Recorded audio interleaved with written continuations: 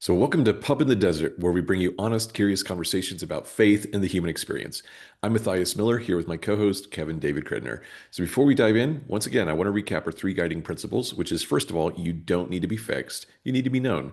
And we believe that love is defined as knowing and being known. Second, we approach difficult topics with genuine curiosity. We're not here to win arguments, but to understand.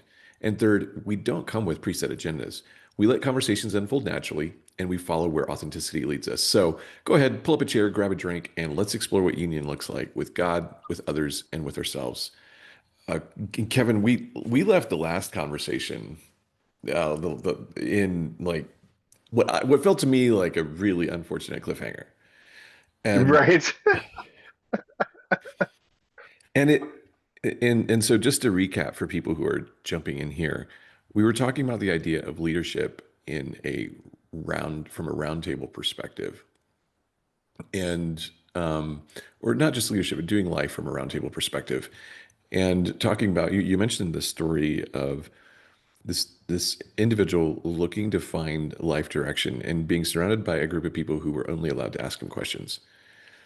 And it got me started thinking, if I had to choose, if I had to pick an arbitrary number of people, at least two, no more than maybe six or eight. Because the people around me tend to be, have opinions, and I don't know what it says about me, but getting more than about six or eight people asking questions probably ends up looking more like a, full onslaught of an interrogation or something like that. But um, if you, if I had to choose those people, who would they be to have them present in my life to help them to have them help navigate decisions? Um, who would they be, and what would I be looking for? And I'm curious if you've dove down some of those thoughts. Um, Mm. The first comment that comes to mind is I heard this somewhere once, and it said something along the lines that if you have 10 rabbis in a room, you'll have 15 different opinions. that's true. I can see that. I don't know why that came to mind just as you were talking, but it did. Uh, the first principle that comes to mind, at least for me, it's just me personally, is as part of that group, I don't want people who agree with me, first and foremost, because I don't want an echo chamber. I actually want people who disagree with me. And that's the first thing. And the second thing is I want people who can actually have a dialogue. And that maybe that seems like an odd request, but for me, there's a lot of monologuing that goes on in our world. And in that environment, in that circle, you know, there's not really room for monologue. Like it should be a dialogue. And the person who the people who are sitting in that section or in that circle, I think need to ask questions, good questions. What I mean by good questions is things they're genuinely curious about as it relates to the situation that I'm bringing to them. Not with an agenda, not with a point to decimate something or to expose the crack or that kind of thing, but a genuine curiosity about it. So just off the top of my head, in the midst of this conversation, those would be the things that I would look for. and I think it's easy to confuse. We confuse so much of this for something else. So we confuse disagreement with we it's always more comfortable to surround yourself with people who agree with you, but then also there are some people who are much more direct. I have a friend of mine who's incredibly direct, um, and very kind, often because of his directness, looking out for other people to make sure they're okay, um, but isn't but he's not he's in no way vague about his opinions and where he stands. And so I find that to be a very intriguing and powerful kind of combination. So let's say that you find, okay, so go find people who disagree with you. Um, Go find people who are open to having a dialogue and who have genuine curiosity about you and your situation. Um, and I mean, if you just start there, let's say that somebody that me or somebody listening is saying, okay, like who do I have in my life like that? Um, I immediately think of some people that I wouldn't probably otherwise, if I wouldn't be intentionally looking to bring in somebody with a different perspective, I wouldn't otherwise bring into that kind of a circle. Um,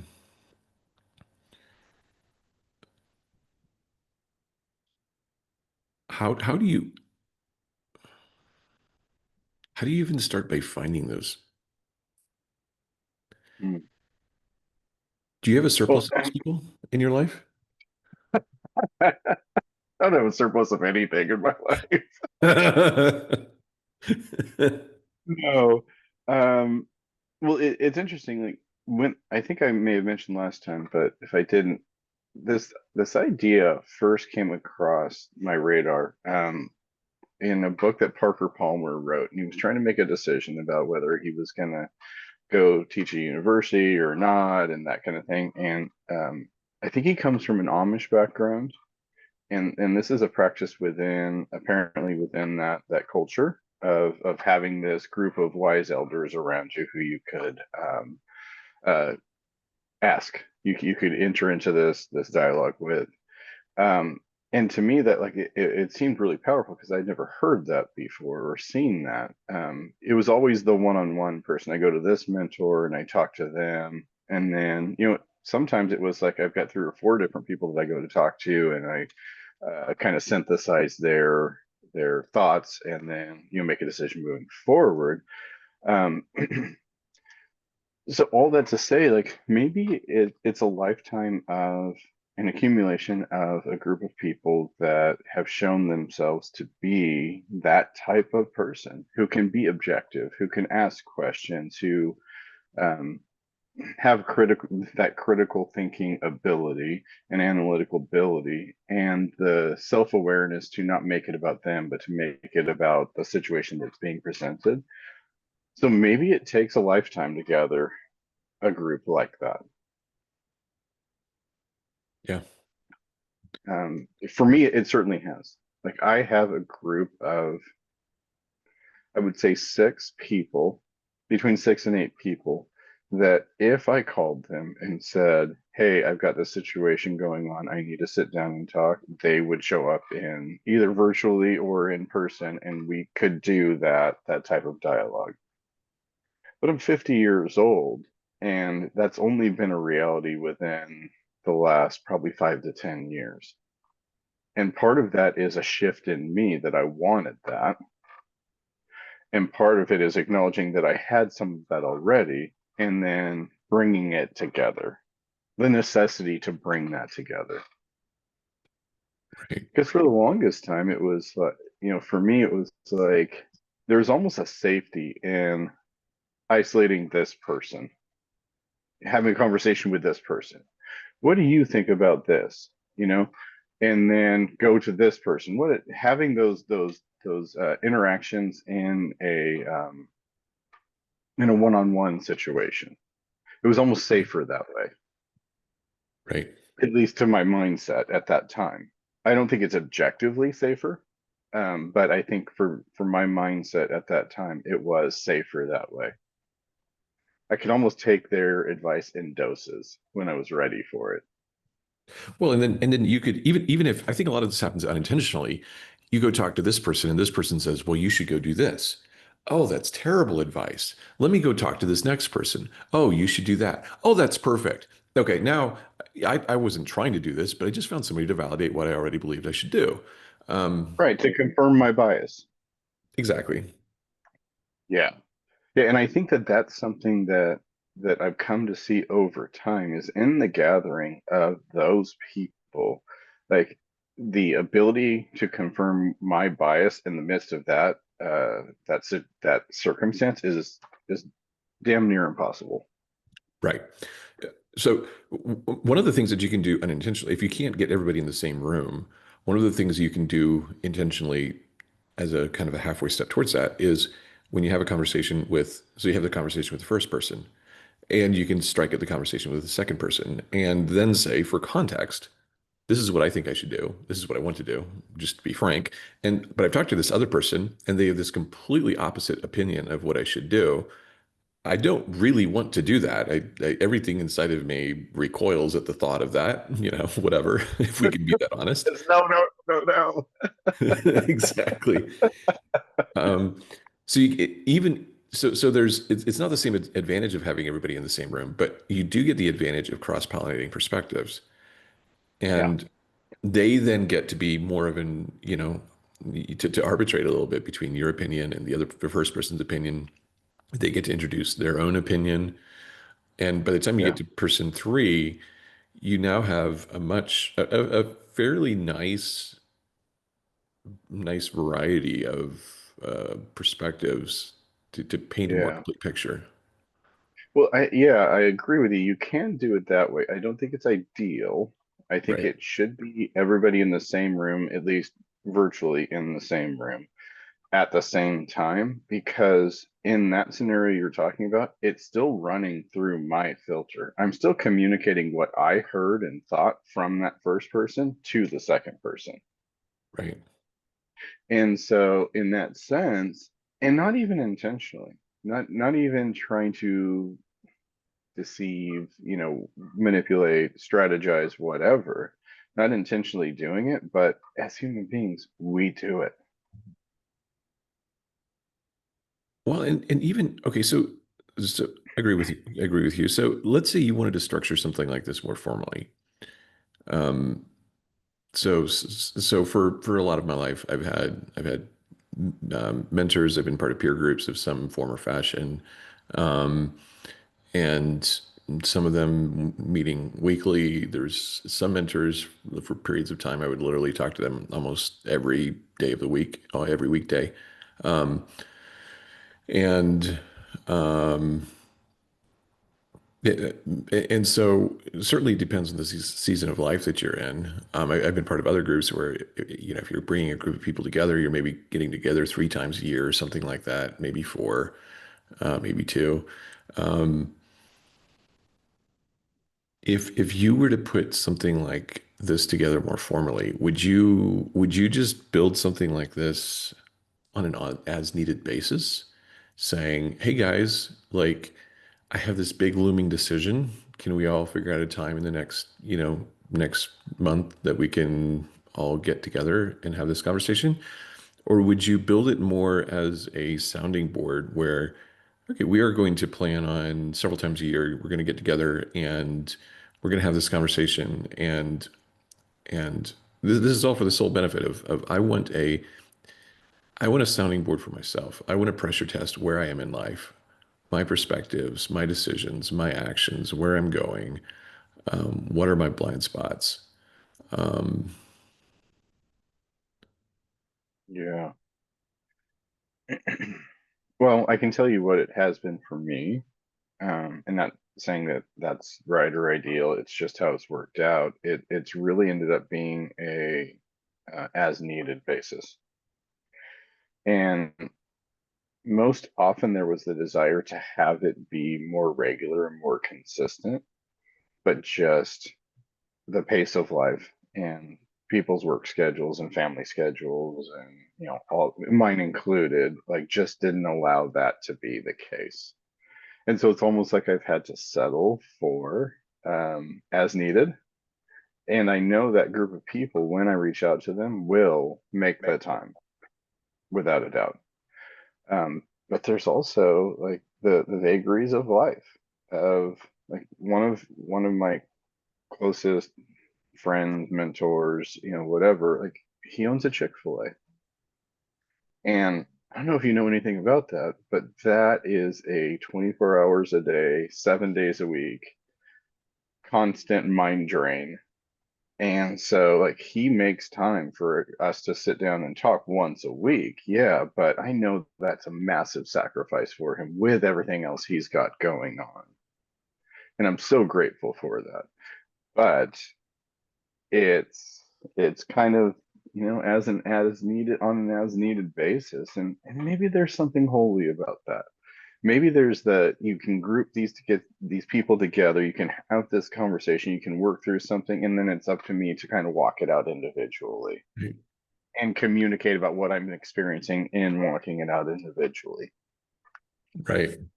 Wait, this also raises one of the other kind of other question that surfaced is that one of the things I found from some of these types of group conversations is that they don't always lead to a clear, definitive answer. And what you take away from it could be vastly different than you look at each person in the group. Each person could say, oh, well, we decided that the best course of action in the case of a decision is X. And they all have a different answer. And then you walk away with a different answer. Then you come back next time and everybody's scratching their heads and they're like, that's not, why did you do that? Like, Right. how do you deal with first of all, maybe the real question is, what is that? Why is that? Is that just our filters? Yeah. I keep coming back to, and this has been a fascinating thing for me for a very long time. I keep coming back to the concept of lying and what it actually is. And I wrote this story recently about it. And it was a story of this little boy who had this interaction with his father and felt shut down, felt like he had to mold his perception to his father and lived in that mode. And then it just kind of transitioned through life. But I think that we have gotten very disconnected from the very human element of what purpose a lie serves in us. And maybe it's controversial. I just want to be curious about it, but maybe it's way more self-protective than we ever imagined. And that's not to discount the damage that is done relationally and emotionally and internally within that process. But if we are focused on knowing and being known, don't we owe it to ourselves and each other to investigate what's actually happening there? I read this book. Mitch Albom wrote this book a few years ago, and it was the story of this Jewish kid in Eastern Europe, maybe Poland, maybe somewhere around there. And the Nazis come in and they start rounding up the Jews in the town. And he ends up, through a set of circumstances, being kind of party to the rounding up of the Jews in his town. He kind of becomes like this assistant to the SS officer who's in charge of the rounding up. And he doesn't recognize what's actually happening until he sees his family and community loaded on trains. And then it hits him. Oh, wow. Like, I was lied to. I participated in this. So much guilt and shame inside him. And as the train pulls away from the station, he actually runs after the train and follows it. It's a powerful story. I can't remember the name of the book, but Mitch Albom wrote it. It was a few years ago. Um, this little boy spent the rest of his life doing everything in his power to right that wrong, and he did it from a place of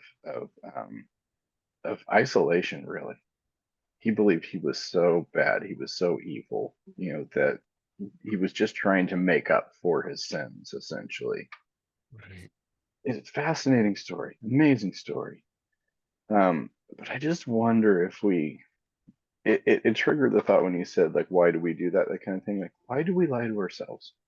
Why do we lie to others? Are we fully aware in the moment that that's what we're actually doing, or do we see it in hindsight? Like, these are all fascinating questions for me, and I don't have complete answers, but like it's part of the conversation. But I think one of the things that struck me as you were talking is I think we have to recognize that two things can be true at once, that lying hurts other people and it has it's a negative behavior if you want to frame it like that. I mean, it doesn't yield the it just objectively great outcomes, but also personally, it can also so that can be true. It is also true that it is born often from self-protection, and so the fact those two truths can coexist, and I think part of what makes the human experience so interesting to navigate is that you can have two realities like that are true at the same time. And it's much easier to pick one or the other. Like the lie is okay because it's just my self-protective mechanism. I'm just responding to her. Or you usually somebody else's lie is totally not okay because Right.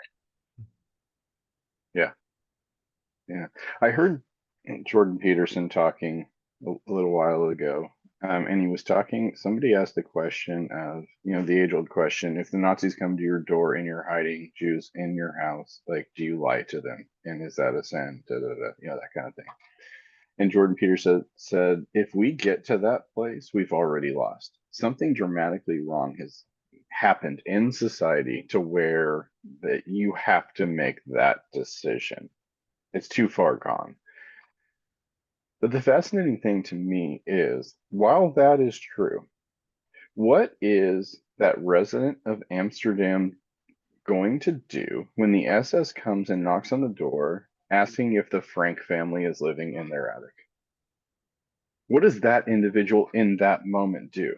I agree with you. Something has gone dramatically wrong. You have not stood up to this before. You've allowed it to happen, all that kind of stuff. True. But what do you do in that moment? If it's me, I'm lying. No, haven't seen him. I'm putting my life at risk there because if it's found out I'm lying, I'm gonna die. Okay, but I'm lying. I'm protecting them. And it reminds me of what is it, Rahab, who hides the spies in Jericho? No, haven't seen them. Don't know where they're at. Then lets them down at the wall. They go, like, and Scripture tells us that she is blessed for that act. This is way more muddy and gray than we'd like to believe. yep, this is David pretends that he's psychotic. He's lost his mind at certain points to get out of this situation. Okay. Like there's something on a very human level that cannot be black and white written in stone here. There has to be something deeper that's going on. What do we do about that?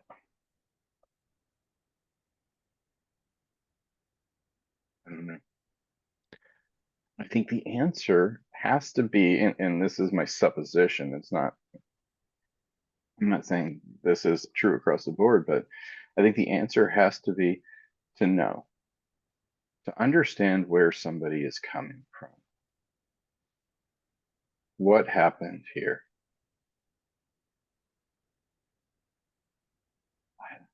I don't know any other way. it seems very it doesn't fit very well, like you said, in a nice little model to say that faith can be expressed as lying. Right. That doesn't fit the model at all. It doesn't fit the model at all. And you would be hard pressed to say that that's the standard, that, 90% of the time that that's the case. We're not, which is Right. not what we're saying. We are not saying that by any stretch of the imagination. So, No, please don't uh, hear us saying that. right. Yeah, I'm sure there's plenty of ways to clip sound bites to make us sound terrible. So make anybody sound terrible. Um, but But yeah, I think that's a fair point. So jumping back to the question of why do we take things away from ours? Well, there's actually a really interesting story that happened to me yesterday. I was in a conversation regarding a project at work, and um, the client actually directed the project over to one of my colleagues, and I kind of injected myself. Well, I didn't really inject myself, but I was like, hey, I kind of think I should be part of this conversation. And so I jumped in. And in the middle of this conversation, I found myself saying, because I'm becoming increasingly aware of this pattern of hedging my statements. So I'll say something like, this might be a stupid idea, but what about, fill in the blank, hedging these conversations. I found myself doing that. And then in the conversation, I admitted, by the way, just so you guys know, that's just my way to protect myself from looking stupid. So here we go. Right, right. and and it ended up that everybody on that call, there were three of us on that call, everybody on that call was super excited by the direction that the conversation took because of my stupid idea or thought or question. And it wouldn't have had to go that way. It could genuinely have been, you know, it could not have, it could have gone a completely different direction. Um, but my point in all of this is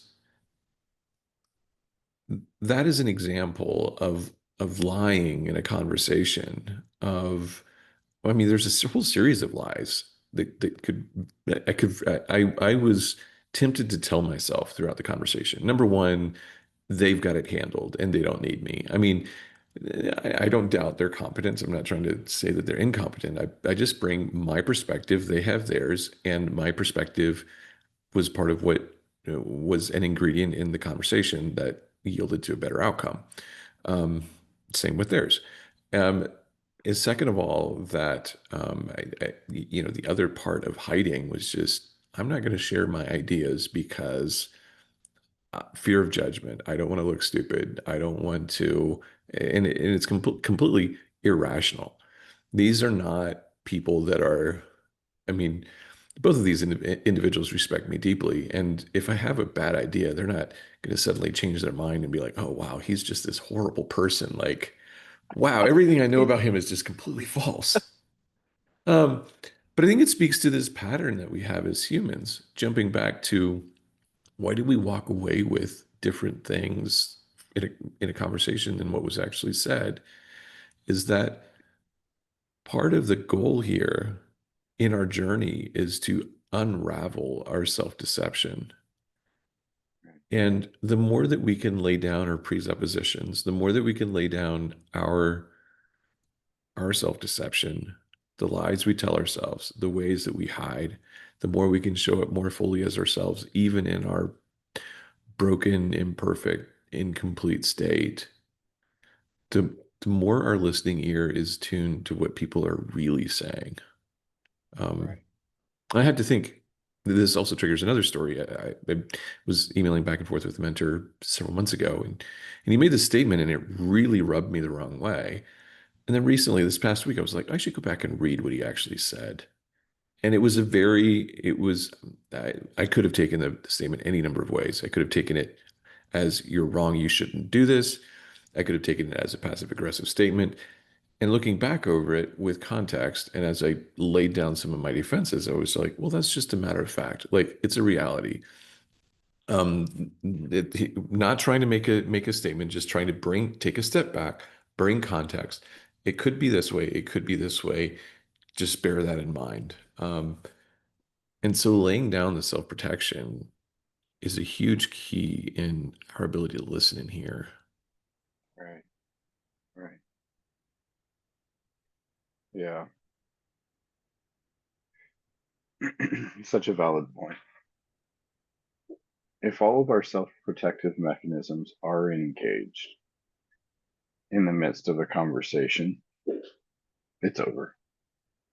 Like there's no consensus being gained. There's no knowing and being known that's going to be changed. Like one of my favorite authors, he wrote The Alchemist, Paulo Coelho. He said recently said, I don't get into arguments anymore. He said, my friends don't need the explanation and my enemies aren't going to listen. It's like, yeah. And it kind of reminded me of of Jesus in his trial. You know, they're throwing all these accusations at him, you know, and don't you have anything to say for yourself? And he looks him in the eye and he says, "You have said it is so." He's just not going to have that conversation because it's not an honest conversation. There's knives being brought out in that conversation. There's coercion, there's manipulation. And I think anytime you go into a conversation inferring intent, there's no benefit to that conversation, whether it's you or the other. If you come in with accusation, if you come in with blame, if you come in with finger pointing, there's no resolution that's going to happen. It's just the reality of it.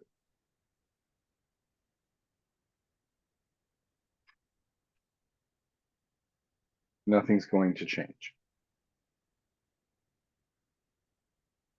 And that's the thing that makes me really sad is in human interactions. I see that so often is I've got a point to make and I need you to agree with that point. And it seems like over the last 10 to 20 years, this has hyperinflated to I've got a point to make and I need you to agree with it. And if you don't agree with it, that's hate speech. Right. Or you're phobic, or whatever the case may be, whatever label we want to put on it. But the reality is, there was never going to be consensus on that Well, and if I can, because you came in with intent. You're inferring intent from the beginning. Not going to have and consensus. if I can stick my finger in a slightly controversial topic, I mean, I think for some of us, some of our audience, hate speech and phobic, that's all out there. But what about labeling disagreement as, say, spiritual abuse, abuse of some kind? Like there, and to be very clear, there is genuine, I'm not diminishing the reality of abuse. I'm not saying that, but we can take labels where it's simply somebody having an opinion and expressing an opinion, not even trying to impose the opinion upon you in any form or capacity. And because we feel threatened by that, we don't know how to deal with that. And again, like this is, I think it's sad that people are under-equipped to know how do you, I feel like many times I'm under-equipped to know how to deal with people who have a very different perspective than myself. Um, and I think it's sad that we're in that space. But to your point, like it's not just out there. It's here. Right. Yeah, the problem is not out there. It's in here. Like there's this I'm showing my age and my what I was raised on. Do you remember the movie Footloose from like way back in the 80s? Kevin Bacon, all that kind of stuff. John Lithgow's in it. There's this control within this community of what is right and what is wrong, and it is intensely structured. And these kids are kind of rebelling against it in a very kid-like way. But at some point, they're having this book burning outside the library. They're getting rid of all the bad influences, you know. And the pastor comes in, and it just opens his eyes. John Lithgow's character, it opens his eyes to a certain extent. He goes, "What are you doing?" He's like, "The evil isn't out there. The evil's in here. Like, look at yourself. Go home and think about what brought you to the place where you thought it was okay to take books out of a library and burn them in the open, in public. The evil's in here." And to your point, it's like we want to come into a situation and we want to infer intent from the other person before actually having a dialogue, and we want to assume from the very beginning that they're evil. Right. And then you want consensus?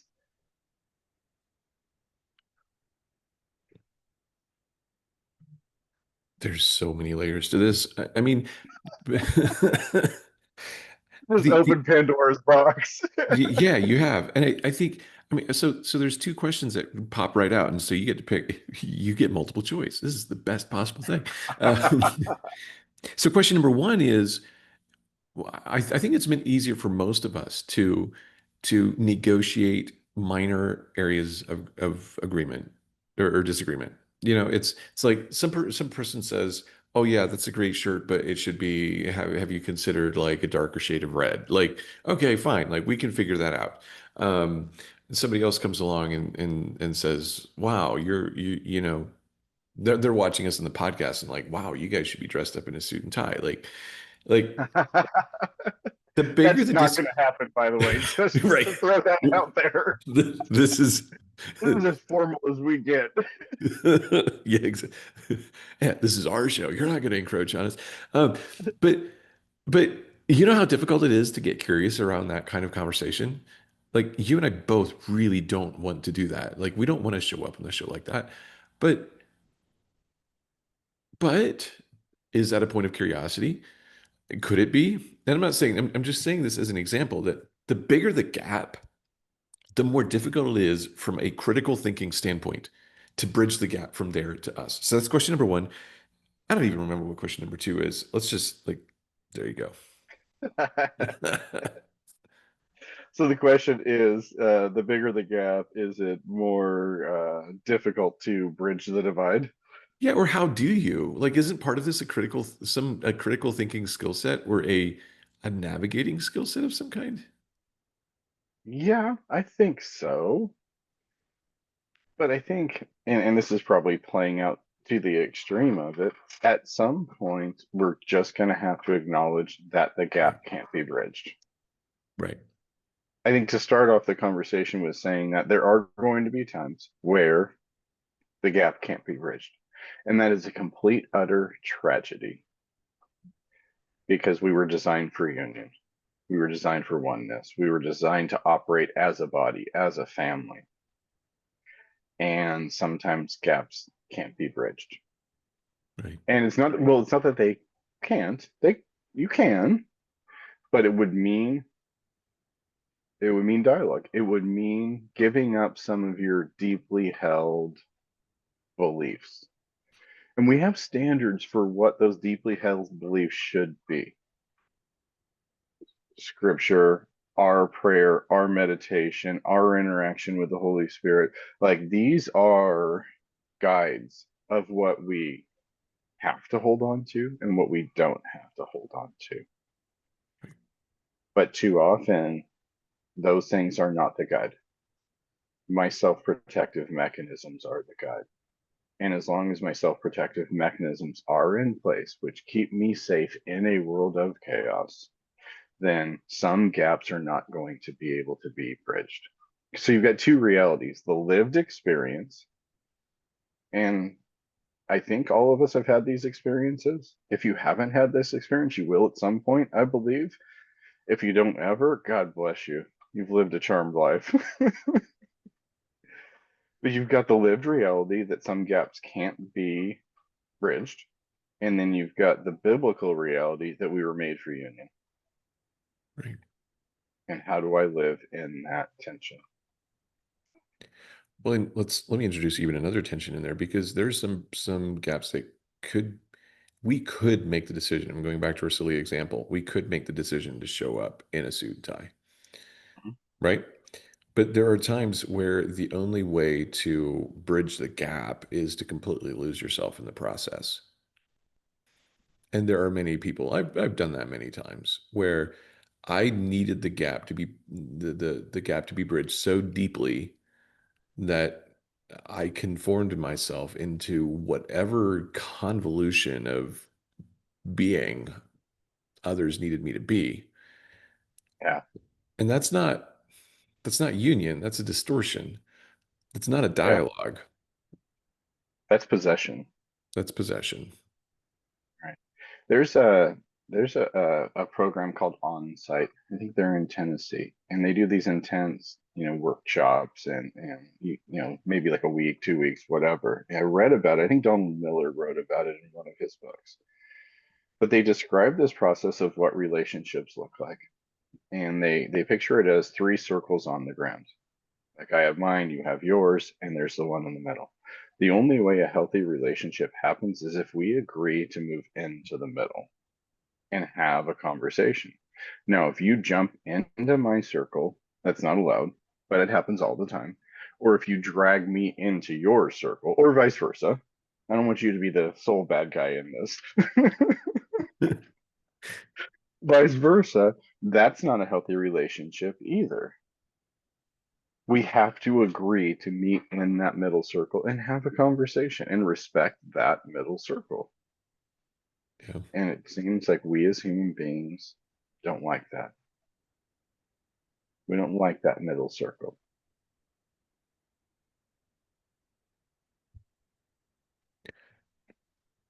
It strikes me that one of the one of the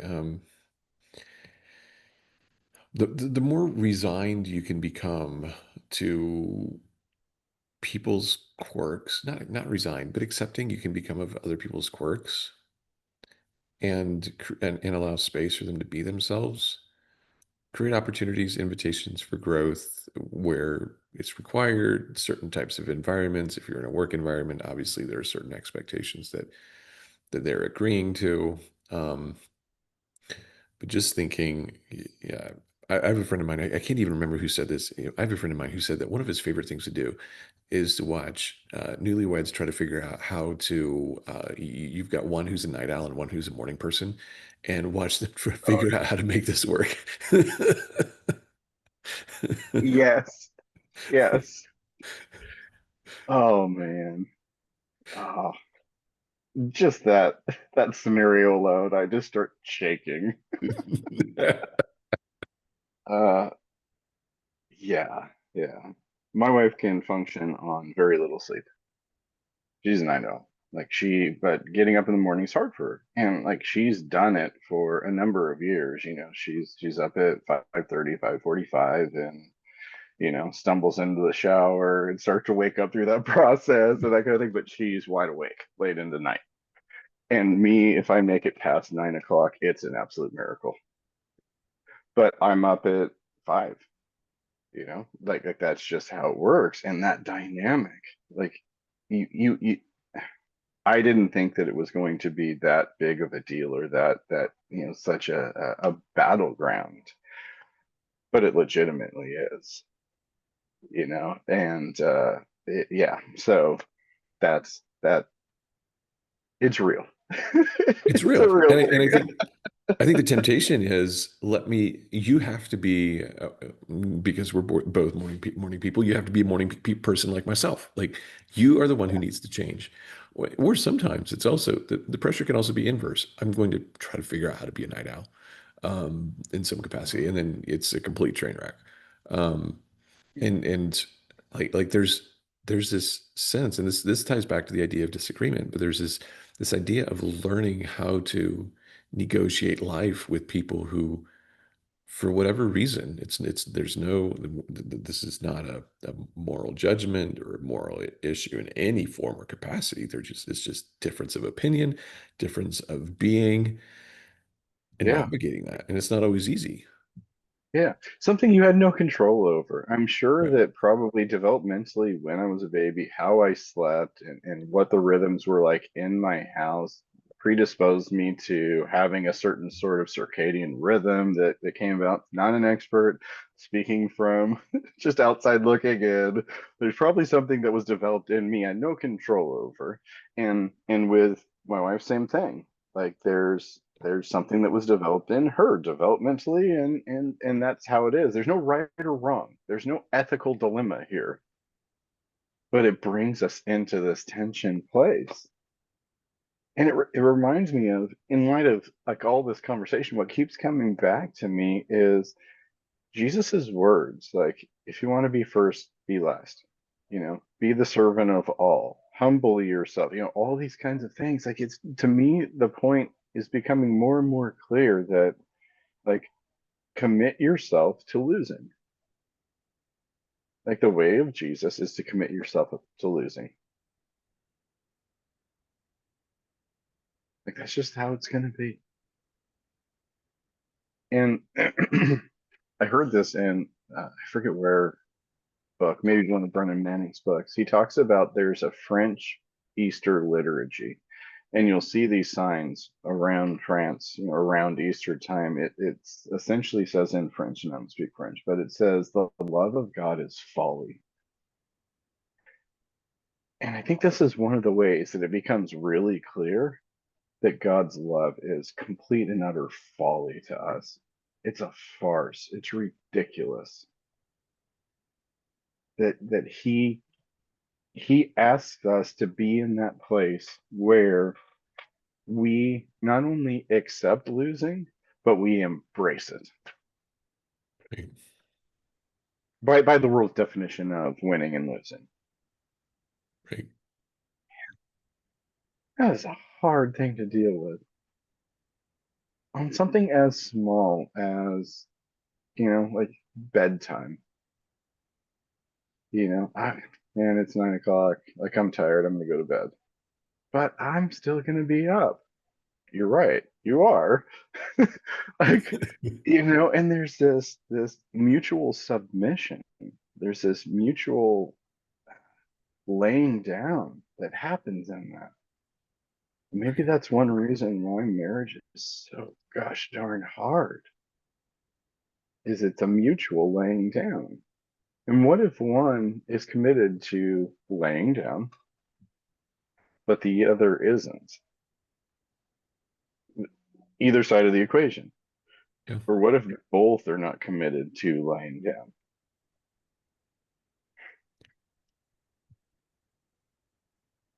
It can either be the most forming, shaping, beautiful experience of your life, or it could be the most tragic, destructive, horrific experience of your life. And I'm convinced that in certain seasons, every relationship is going to have those tragic, ridiculously hard, destructive seasons. And do we acknowledge it? Do we deal with it? Or do we just keep moving forward? Like it's just so hard. Well, I mean, when you think about this pragmatically, marriage is a choice not to run, and that by itself is a hard decision to make. But then, second of all, there are things that you can't control that happen. Life happens and puts us as individuals into a tailspin. And now, if that happens to me, losing a family member or you know, Losing a job, like having a losing a death job. in the family, like all these things. And they can't control that happening, and they get whiplash from the experiences that you have. And it's again, it's a choosing not to run, but it doesn't mean that there's no, like, you can't control that. There's And so you're left with, I choose not to run. This is going to be a we're just going to throw up our hands and admit that this is not the best of times, and we're going to figure out a way to take one step and put one foot in front of the other, and we're going to keep walking, and we're not going to we're somehow we're going to see it to the other side. Yeah. I remember years ago, a story that pops up in my mind as you're talking. We're just going to start calling this story time. I love it. So my dad was diagnosed with cancer, I don't know, 15 years ago, 16 years ago. And went through all the treatments and that kind of thing. And he had this port put in his chest so that you could just put the medicine in right there. Not an expert, don't know how that works. I just knew he had a port in his chest. He and my mom were away, and he was they were in the Vegas area, and all of a sudden, like, my mom looked over and he was like out, like he had passed out, incapacitated, that kind of thing. She goes, what, calls 911. They rush him to the hospital. He almost dies. And it ended up there was an infection around the port, and all the damage that comes with that. And I remember getting that call, and I was probably late 30s, maybe early 40s when this happened. And I had not legitimately cried in probably 20 years at that point. I remember vividly, I was probably 10 or 11 playing Little League Baseball. I struck out and I started crying because perfectionism demanded that I get a hit every time. Started crying. And I remember my dad pulling me aside and making a statement along the lines of this is what happens in life. Sometimes you don't succeed. And like I just wouldn't stop crying. And he looked at me and he said, do you want me to give you something to cry about? In that moment, inside it was like, this is not okay. I shut it down. Shut it down. Didn't cry for I don't know how long from that point forward. Maybe circumstantially here or there, but never actually like letting it out. When I got that call in my late 30s, early 40s from my mom that, maybe he wasn't going to make it, that kind of thing, like the dam broke and just inconsolable crying like I hadn't cried in forever, decades. And that wave just came. And I remember my wife sitting there and I can see like the look on her face. She's concerned, obviously, she's engaged, but she has never seen this before. What's she supposed to do in that moment? She doesn't have the experience. Like what's she supposed to do? Yeah. Like and sometimes like there's so much pent up, built up stuff inside us based on what we've heard is appropriate behavior, what should happen, what shouldn't happen, that kind of stuff that we gear ourselves towards this, and then like you can't let it go, and you just won't until something breaks the dam. And in a relationship, like there's a very before and after in that. Before, very stoic, very put together, very unemotional, and then there was this breaking of the dam and which I think is a very holy process. And then how do I learn to relate to this person after this event? Right. These relationships are just ridiculously hard. Yeah. And that's a marriage relationship. And there's a different level of connection and intimacy there. Like, but in a friendship, like how do I deal with the before and the after? And you have that on both sides of the relationship. What Yeah. like and and suddenly it's like and there's multiple iterations of that throughout a relationship. And suddenly you have two people, two, yes, they're the same humans, but two very different people on both sides who are in a relationship from years before. And in a lot of ways, you have to rewrite the roadmap for what the relationship actually looks like because with these changes, there are different needs, different like things just are different. And and sometimes the if you're completely honest, sometimes the pace of change with these things can be exhausting. It's like I just want things to be on autopilot. I don't want to have to figure out these relational dynamics again just because of a life-changing event in whatever capacity that it is. Can we just have it be normal? And yet you're faced with either you're going to figure out how to navigate the new landscape or you're going to let the relationship drift and fall apart. Right. Right. Yeah. Yeah. It makes me wonder sometimes. People often um, talk about the the challenges of navigating. This is my wife and I are far from this, but navigating the empty nest kind of syndrome. And and people talk about how to avoid that. And they talk about the importance of investing in your spouse as a human, as a person, having a life outside of your kids, which and maybe that the answer, I'm just curious about this. Maybe the answer is somewhere in this middle road because it seems like there's part of that probably is avoidable. You can avoid making your life about your kids, but there's also part of that in which you can't change the reality that suddenly your life, the focus, the relational dynamics of your life have changed. And so running from that change, Vastly different. vastly different. And running from that change may not be the best, like lean in, trying to avoid that, keep that from happening. Maybe some of the maybe some of the avoidance or some of the preventative measures are wisdom, and some of them may just be fear of losing and fear of navigating the unknown when that happens. Right.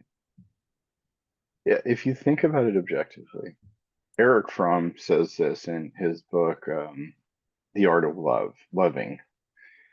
He says that God gave women the hardest job, like to have a child, to carry that, to be one with that child, intimately connected through umbilical cord and then emotionally, and then to be the space that you're always welcome, you're always accepted, you're always here. It drains you physically, emotionally, spiritually. And then at some point, you're supposed to say, okay, now go be an individual in relationship with God. And he says that the father's role is more of the pragmatic role. This is what it looks like to live in this world, and this is what you're going to have to deal with, and that kind of thing. So way less connected. And hopefully over time that emotional connection develops, with the intent of the father to develop that emotional connection. But at some point, the father says, okay, now go be an individual in the world, live in relationship with God and with each other. But if that's the dynamic, which I've seen it play out time and time again with clients I've walked with and that kind of thing, like that is a ridiculously hard thing. So how do you not wrap up your identity as a mother with this child? How do you keep a balance in that? Right. Because it's not all of a sudden, it's not like all of a sudden you don't have needs and desires. You still have needs and desires. Of course you do. And those needs and desires need to be met to a certain extent. But if everything is about this child, how as a human being do you balance that?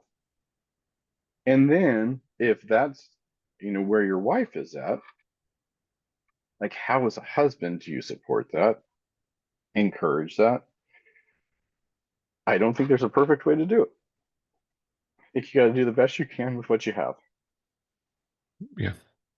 I mean, it makes a lot of sense. I think it's healthy. One of the things that my wife and I have talked about quite a bit over the years is, and I've tried to make possible for her is who is she outside of being a wife and a mother? Like she's a human. She's not, those aren't her identities. And I think even for her kids, it's healthy. I think, as a kid, it was really hard for me to wrap my head around why my parents weren't, why they had such a big life outside of me. And and sometimes I took that personally. But there's also a part in which it's a really good lesson to understand that the world doesn't revolve around you, and you can have a safe place to go to, but that I think it's healthy for kids to see that, yeah. And so it is tricky to navigate. There are some guiding principles, which is recognizing that we are human, resisting making somebody's identity be around just an individual, anybody around a single individual role. Um, I think it's, and for my wife and I, pragmatically, it's been, if she takes a couple weekends away throughout the year with her friends, and it's me and the kids. And I think any husband who underappreciates his wife should probably spend more time seeing after the kids and making sure that they don't, kill each other, and Right. they survive. Yeah. So there are Right. some pragmatic things there, but the specifics of, like you said, what that looks like needs to be navigated on a per family unit basis. Right. Right. Yeah. And what does the should look like within each individual? Like within a mother, what does the should look like? What is the cultural conversation around it? Depending on what culture you're in and what the value is within that, what should you be doing?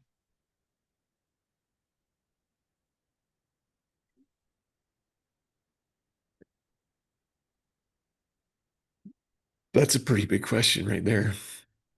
It is. If I had $1 for every person I've walked with who sat in front of me and said, I resent my kids sometimes, I'd be a very rich man. It's an honest experience, especially for the mom. Like I had this life, I had this body, I had this, all these things, and look at what's going on. Like I'm losing myself. I'm being emptied out. And I think that that's a very like holy and sacred place to be in, to be able to acknowledge that this is what I'm experiencing. We're not saying that like you need to like you should stay there and that's your guiding principle. I'm not saying that, but I'm saying it's a very honest feeling to have. And I think sometimes there's a fear of expressing it for fear of, I don't want to put that on my kids. I don't want my kids to experience that. And it's true, you don't want them to, which is why you have to express it Right. in Somewhere to somewhere, someone. someone, preferably not to them. And if you don't express it somewhere, like it just keeps festering. Yeah. And I mean, but isn't this the definition of love and sacrifice? Like I think Jesus, how about this? Like, I mean, when Jesus told us to love our enemies, sometimes the most difficult ones to love are the ones under our roof. Right.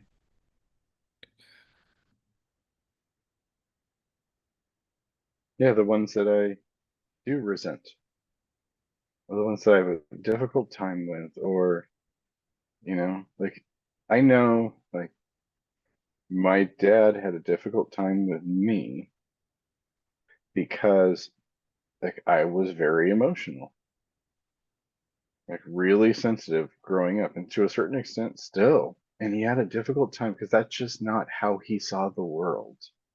Right. And I think he did the best he could with what he had to understand who I was, but he just wasn't an emotional guy.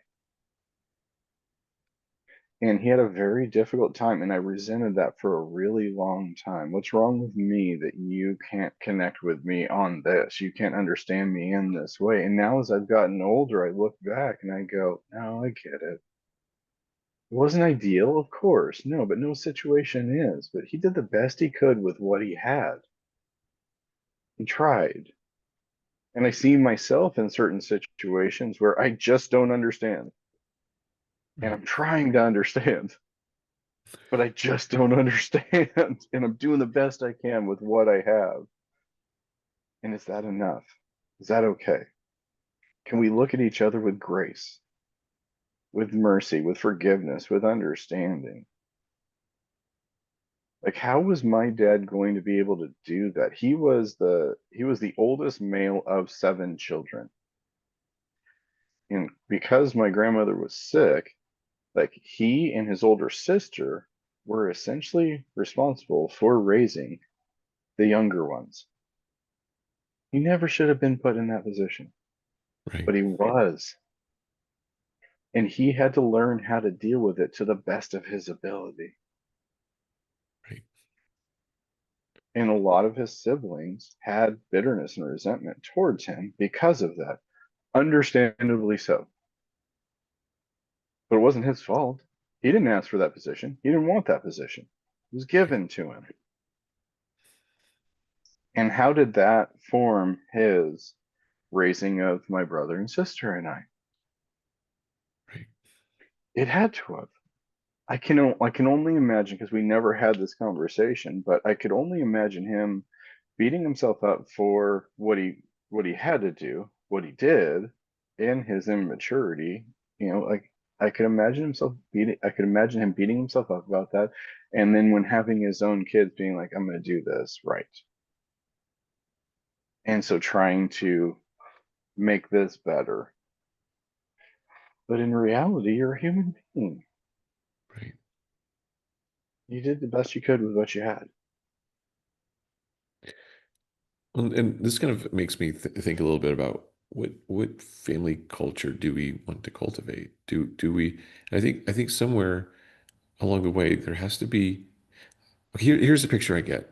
You have the picture of the white knuckled grip on the steering wheel of we are going to drive this thing wherever it needs to go.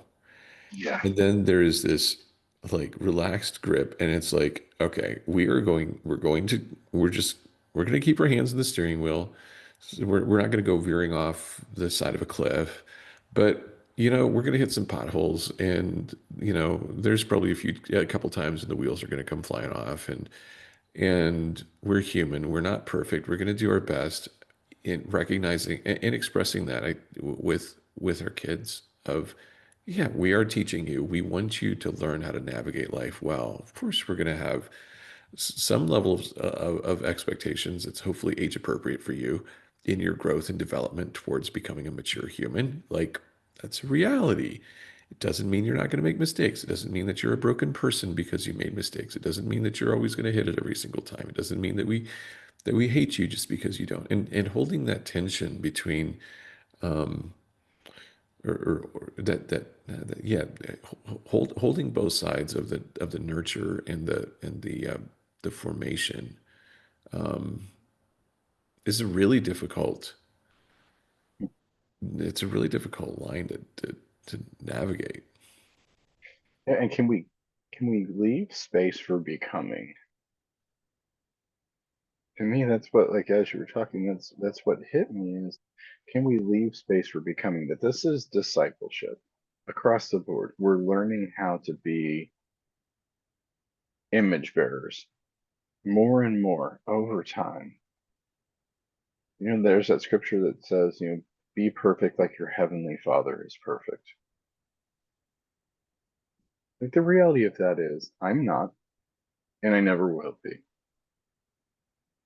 That's reality. This side of heaven.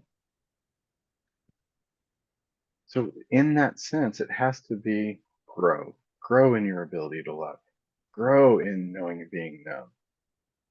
Like, there's a discipleship that happens, and we are all going through that same process. And I think we forget that sometimes.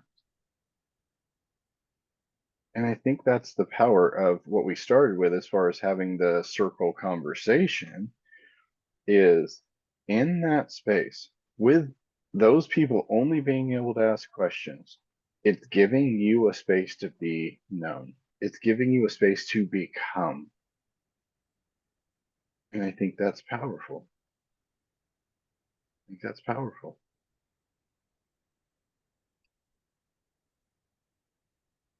Can we give each other the space to become? And reality check, you don't get to determine the timeline of my becoming, and vice versa. Right? There's only the commandment to love your neighbor as yourself. Love God with everything you are and love your neighbor as yourself. Jesus says that covers all the law and the prophets, covers everything. That's my commandment, to know and be known. That's the commandment.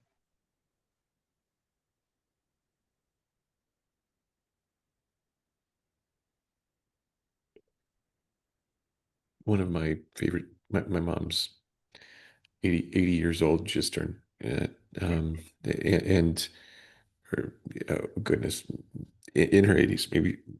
Wow, this is embarrassing. I don't know the exact year. So, but just recently turned 80. And one of the things that she talks about is that she talks about how many things she wishes she had known earlier in her life, and then follows it up with, and yet God knew that I wasn't ready for it. And often talks about her kids. She's like, I'm so grateful that you kids have so many more tools and resources than what my dad and her had. And I think it's a beautiful perspective because she's allowed time to shape and mold her, time in Christ to shape and mold her. Um, as a kid, it's really hard. It's really discouraging to look at somebody who's 4 times as old as you and look at where they're at developmentally and be like, is that really all that you can become in 4 times my lifetime? I mean, when you stop and think about it, you look at, as a kid, you look at all these grown up people and you expect them, or at least I did. I expect them to be like they basically have life figured out because they know vastly more than I do. Right. And then and then there's this reality that they don't, like that they're flawed human beings. And I don't know, I'm putting myself into the, obviously a kid's mind typically doesn't have the frame of reference to think about this kind of thing. But you look at that and you're like, all that time, and that's as far as we've gotten. And I'm very grateful. It doesn't mean, this could be a very depressing perspective. Right. Yeah.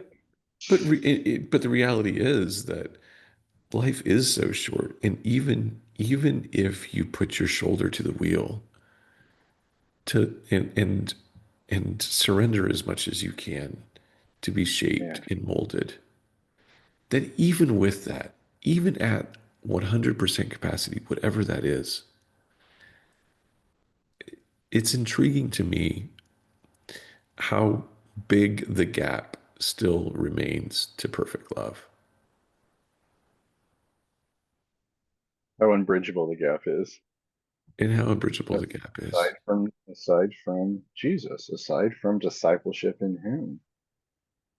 Like my spiritual director talks about in the midst of our conversation, he talks a lot about like the three stages within Catholicism. There's the purgative, the illuminative, and the union stage. And he sees it as both circumstantially and then the entirety of a life. And so in a circumstance, it's like the purgative is the stripping away, is the stripping away of all the self-protective mechanisms, the coping mechanisms, the things I use to justify myself in the world. And that happens circumstantially in certain situations. And then there's this illumination, this realization that happens. And then in that space, it leads towards the union, the unitive stage, where I feel the presence of God in that space. And he says it over a lifetime as well, that there's constant purgation and either accepting it or not accepting it. If you don't accept it, then you continue to live in that space.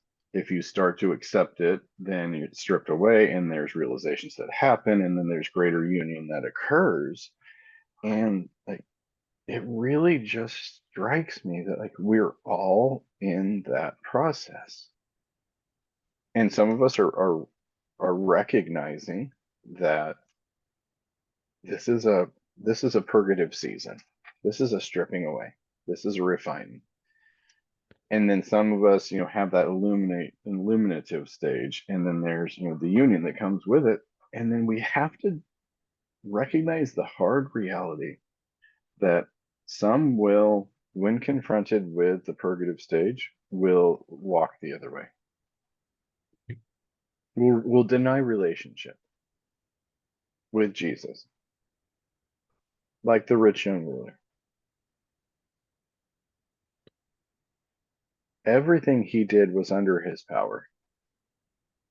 And then Jesus says, okay, now take your power and give it away and come walk with me. It was an invitation into the purgative stage because he wanted relationship, he wanted illumination, he wanted union. But that was just too much for him to ask. I wonder if, and there's no way to confirm this, I wonder if he walked away sad, and yet the seed that Jesus planted in that moment started to sprout and grow. And if he came back, I don't know. There's no way to tell. But isn't that's what it's been like for me? There's been certain seasons where he's planted seeds, and I've been like, oh, no, no, no, that's too much right now. And so I walk away. And yet that seed is sprouting and growing in my mind, in my thought process, in my spirit. And like I've had this so many times in my life where that's happened and I come back and I go, "Oh, that's what you were talking about." Okay. And then like there was a process that it took for me to get to that illuminative stage. And I think that that's the process all of us are in. And nobody's process looks the same as anybody else's because we all have very unique experiences. And so it's individually with the Holy Spirit guiding us, leading us through that process. And can we just recognize that all of us are in that process to one degree or another?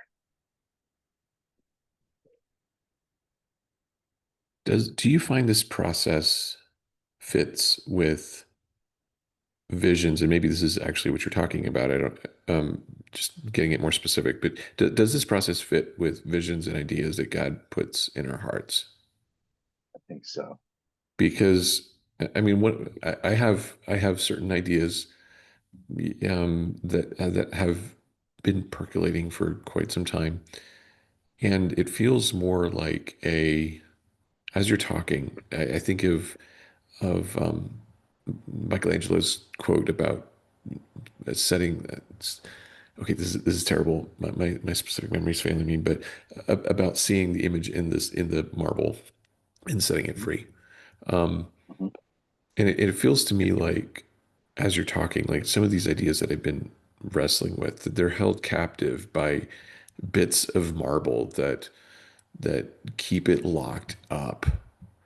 Yep. And so the refining, the really this is a chipping. It's a God, you can have the hammer and the chisel, and I can't tell what it is that's keeping this idea locked up, keeping it from moving out into reality. But you do. Here's the chisel, here's the hammer. Fire, whatever pressure, whatever metaphor you use, you have permission to walk with me through the process to get it set free. Yeah. Well, these conversations we're having, like this is, I struggle to say the culmination of what I've dreamed of for a very long time. Whether it's writing and publishing, which I never would do. So as I said before, I'm an intensely private person. And I feel like God had told me a long time ago to start putting it out there. And so I had to do it small step by small step. I had to send it like, let my wife see it, let my family see it, let trusted friends see it, that kind of thing. And then to go on to like publish it online, that was a shaking. That was an earthquake of the soul right there.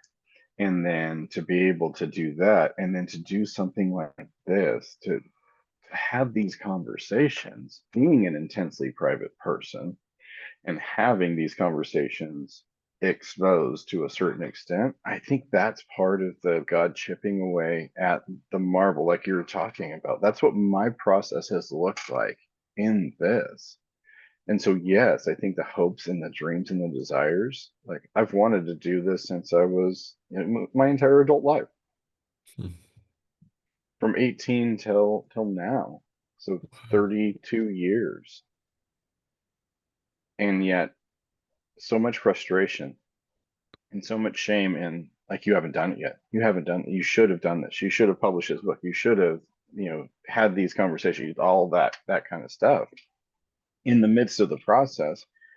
But now sitting back here, looking back over the time, that it was just chipping away until I could come to this place.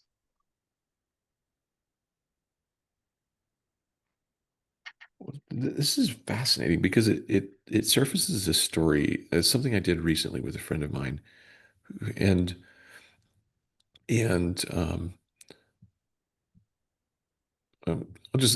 leave out most of the details, but he had something. We were working on a project together, something he wanted to do for I think for a long time, and faced an incredible amount of resistance, internal resistance to actually doing it. And it's absolutely terrifying, I think, to put it out. And he knows that it's not because of the resistance that he faced, that it's not his best possible work, and that brings shame.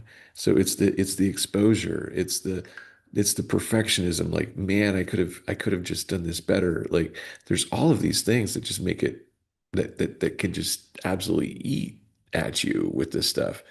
Um, I I for a long time have sometimes been frustrated with the fact that I could be such a, like,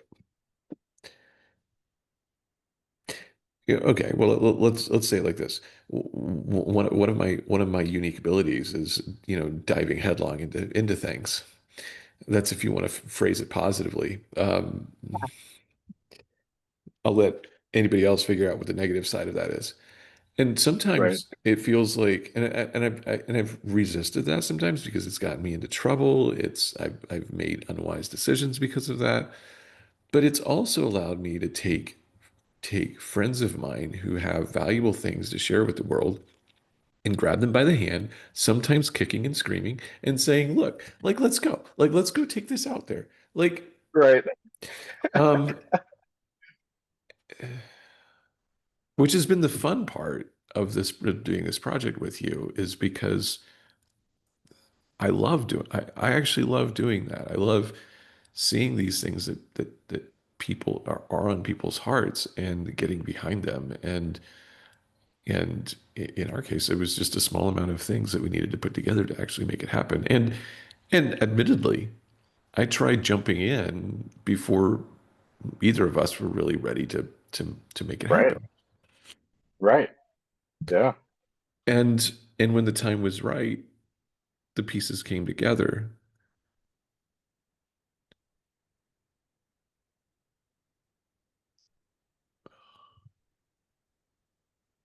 So maybe this is just, I don't know. I don't know exactly how. We're getting close to needing to wrap this up. I don't know how to tie all the pieces together, but I think two of the things to take away is,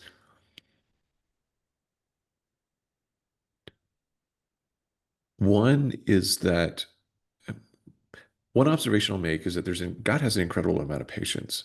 His timing is a lot different than ours, and an incredible amount of grace for where we're at in the journey. Um, Two is that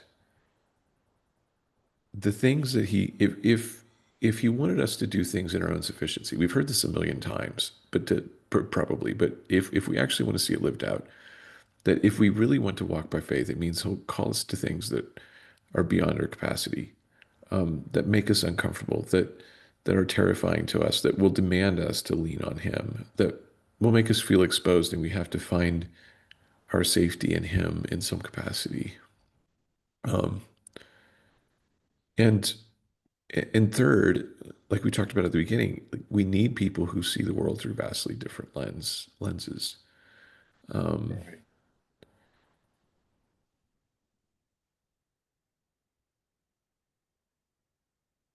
what Part of encouraging? why, Go sorry, ahead. go ahead. But that's why, like I said in the beginning, like I want somebody who has a vastly different perspective, somebody who maybe doesn't agree with me in the midst of that circle, because I've learned in my life that the echo chambers do not work. I want God to use that voice of that person to move me out of my stillness, out of my comfort zone, like to push me out the door. In a very, in The Hobbit, Gandalf essentially pushes Bilbo out the door, goes, "You're going on an adventure," kind of thing. Like I want that because I know myself well enough to know that if I am not pushed, that I'm probably going to stay in in my hobbit hole with my pipe and with my whiskey and not move from that spot. And that's I know myself well enough to know that, and that's why I want that push. There's incredibly logical reason to this. So you already believe what you do, and as a result, you're already getting what you're getting. And and the easiest way to it might not get you unstuck in the perfectly right direction, but the easiest way to get you unstuck is go find somebody who thinks violently differently from you. Yeah. And by very definition, Keyword violently. like you have to inject some different way of thinking to get something. And the beauty I think of having people who show up very differently than you, but are very complementary. Like just in your example of not staying comfortable, dragging you out of the dragging you out into the open. Um, and I've got my own version of those kinds of people for me. Is that you then get to lean on each other's strengths. Right. And if you have somebody who's bursting into action with no purpose, it's complete meaningless chaos.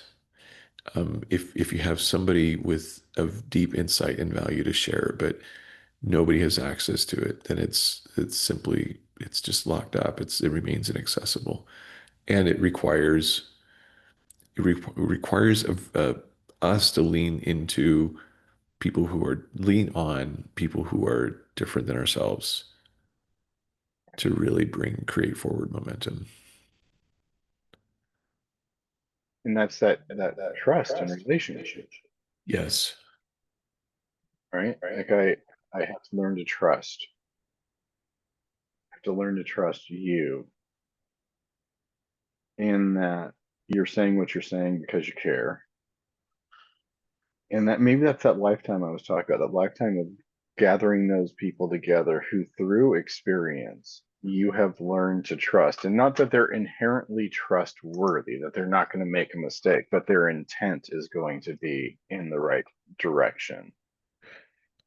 Well, let's also be honest that the only way you find those people, that 99.9% of the world is that so I'm not saying that that's just 0.1% of the world, but like this is not you can't throw a rock and hit 10 of those people. Like, and No. so by very definition, you're going to build you're going to have your trust be taken advantage of by people along the way, and especially when you're young, Mhm. you don't have the context to filter these people out.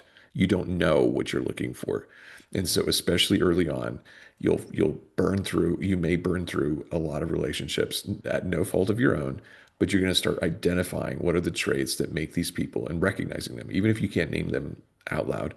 Recognizing what people are likely to be trustworthy with good intention, and Yep. then you start narrowing down the pool. And that's one of the reasons why with age it becomes easier. First, greater numbers of people of relationships that you've walked through, people that you've interacted with, greater depth of insight of what are actually the signs of someone who has good intent, has your well-being in mind. Um, and and so patience on that journey to finding that, and not becoming cynical along the way, but just learning lessons, being willing to start and end relationships as necessary, Yeah. in that process without Right. becoming mercenary about them or self-serving. Right. Um, Right.